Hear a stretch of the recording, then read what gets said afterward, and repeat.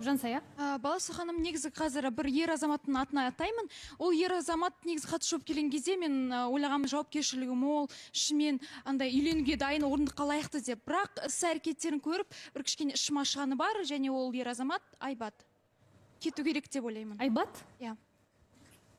Баласы ханым, мен ойлаймын, арамыздағы бір Сұлтан Сулейман кете ма деп ше, өйткені енді алдында Айгүлге таныстықты тастап, сосын барып аяғында өзін екінші әйел келгеннен кейін ойы өзгеріп кетіп, таныстыққа дұрыс қарамай кеткен, осы Асылжан кетеді деген ойдамын. Асылжан, Сұлтан Сулейман деген атқа ие болыпсыз. Тағы, Аягөз, сіз кім деп ойлайсыз? Нұржан, Айнұр, Саддәулет.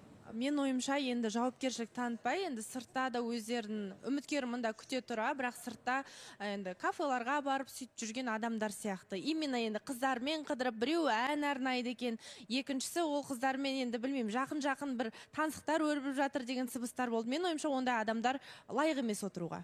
Иә. Жақсы, көп сөз байық, олай болса.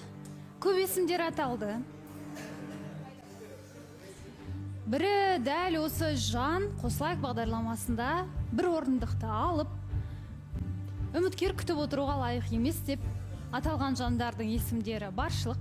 Тұрмын, мен дәл бұл есімді айтсам, әрине ешкім үшін бұл күтпеген жайт болғалы тұр.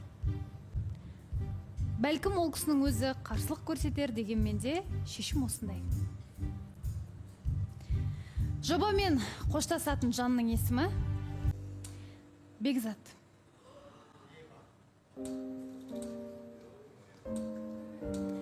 Болса ханым, әрине шешімдеріңізді сыйлаймын. Көп рахмет. Мен осы жерде кәдімгідей өмірге үйрендім. Жаңа орта таптым, жаңа достар таптым. Барлығына рахмет. Сіздерге де рахмет. Мені жаңа өмірге үйретті, көп нәрсеге үйретті. Ешқандай ренішім жоқ, наоборот сіздерге айтар рахметім көп. Сізде қарсылық жоқ па? Мен әлі де бақытты болғым келеді, әлі де мен қыздарды жаңағы танысып көргім келеді, әлі де дегендей бір ой жоқ па сізде? Жоқ, баласағам негізі бар ғой, бірақ та не үшін шығарып жатқанын шынымды айтсам білмейді екенмін. Не үшін? Білмедім. Не себептен екенін, шешімдеріңіз болғаннан кейін. Сіз бір дүниені білетін сияқтысыз. Қандай дүниені? Менің ойымша оны айтуға да болмайтын сияқты. Жоқ, айтайық. Өйткені мен таптың шығармын негізі. Бірақ та енді мен ойлап тұрмын, мен бір бүлдіргеннен емес, бір шешім солай болған шығар деп қана ойлап тұрмын. Енді бір, яғни косягынан шығар емес. Ол да бар. Иә. Әйтпесе толықтай келісемін негізі. Бірақ та енді әрине келген мақсатымыз енді жар тауып кету болғаннан кейін мақсатымызға бәріміз жеткіміз келеді.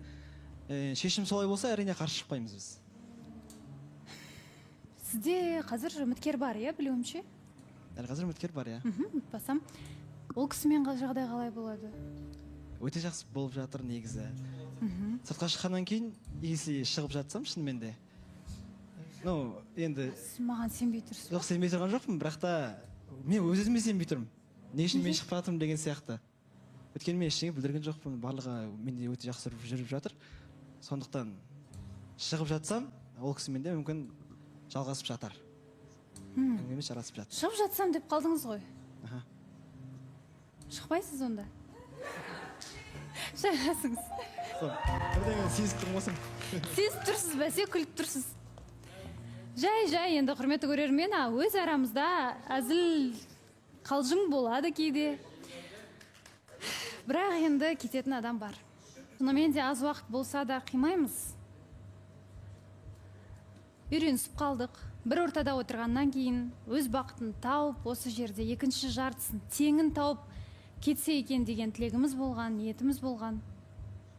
Өкінішке орай, белгілі бір жағдайларға байланысты жолымыз ары қарай бірге тоғыспайтын болды. Жобамен қоштасатын жанның есімі Али.